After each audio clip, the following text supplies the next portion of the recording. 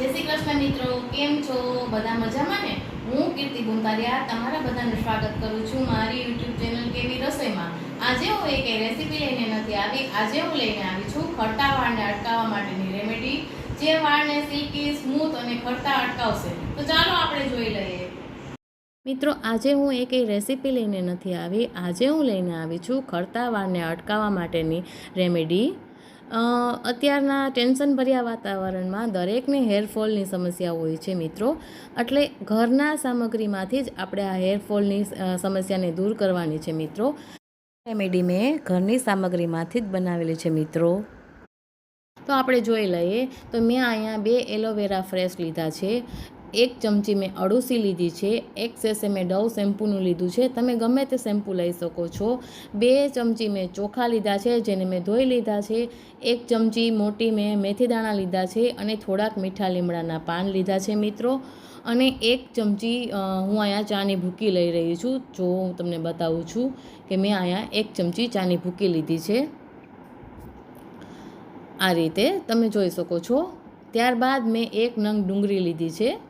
આ રીતે હવે આપણે 1 મોટું પેન લેવાનું છે, જે ઊંડા તળિયાવાળું હોય તેવું આપણે 1 મોટું પેન લેવાનું છે.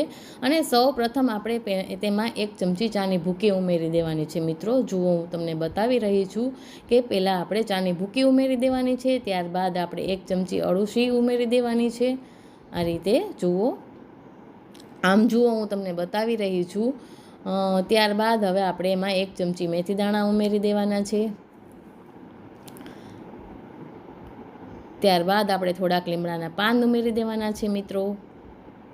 અને મેં અહીંયા ડુંગળી લીધી હતી, તેને મેં બારીક કાપી લીધી છે, તમે જોઈ શકો છો. તે આમાં ઉમેરી દઉં છું હું.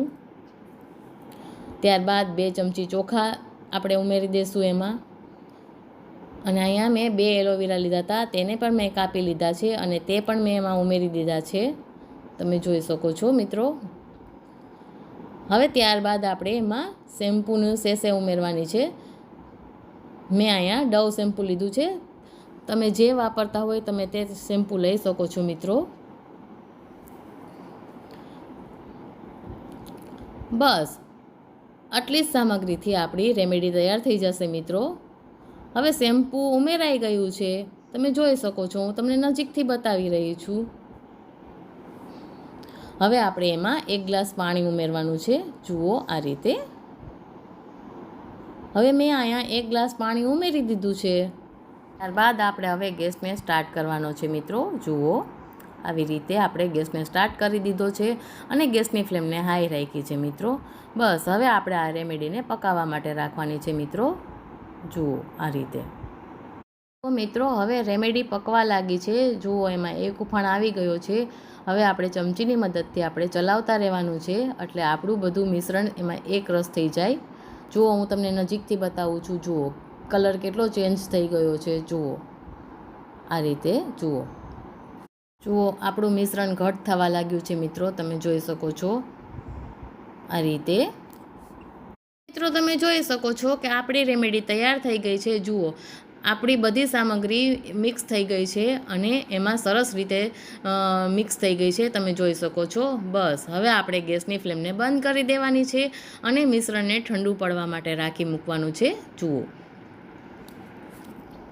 આ રીતે આપણું મિશ્રણ ઠંડુ પડી જાય ત્યારબાદ આપણે હવે એને ચાળણીમાં ગાળવાનું છે મિત્રો. જુઓ, આ રીતે આપણું મિશ્રણ સરસ રીતે ઠંડુ થઈ ગયું છે, એટલે આપણે હવે ચાળણીમાં ગાળી લેશું મિશ્રણને. તો તમે જોઈ શકો છો કે આપણી રેમેડી તૈયાર થઈ ગઈ છે. જુઓ, આ રીતે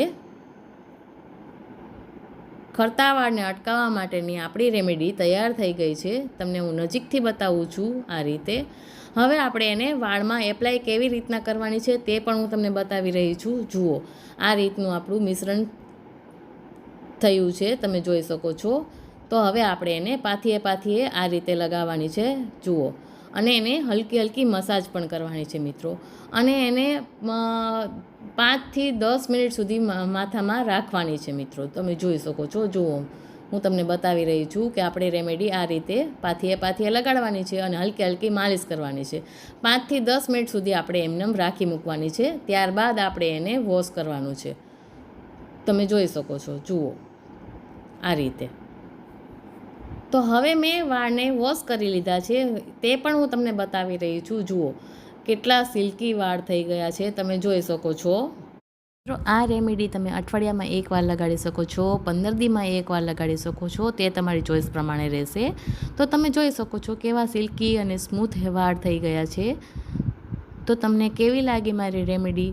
જો મારી રેમેડી તમને પસંદ આવી હોય તો મને કોમેન્ટમાં જરૂરથી જણાવજો. તો મિત્રો, તમને કેવી લાગી મારી રેમેડી? મારી રેમેડી પસંદ આવી હોય તો ચેનલને લાઈક કરજો, શેર કરજો, સબસ્ક્રાઈબ કરીને બેલ આઇકન જરૂરથી દબાવજો. ફરી મળીશું આવી નવી રેમેડી સાથે. ત્યાં સુધી આવજો. જય શ્રી કૃષ્ણ. Bye bye.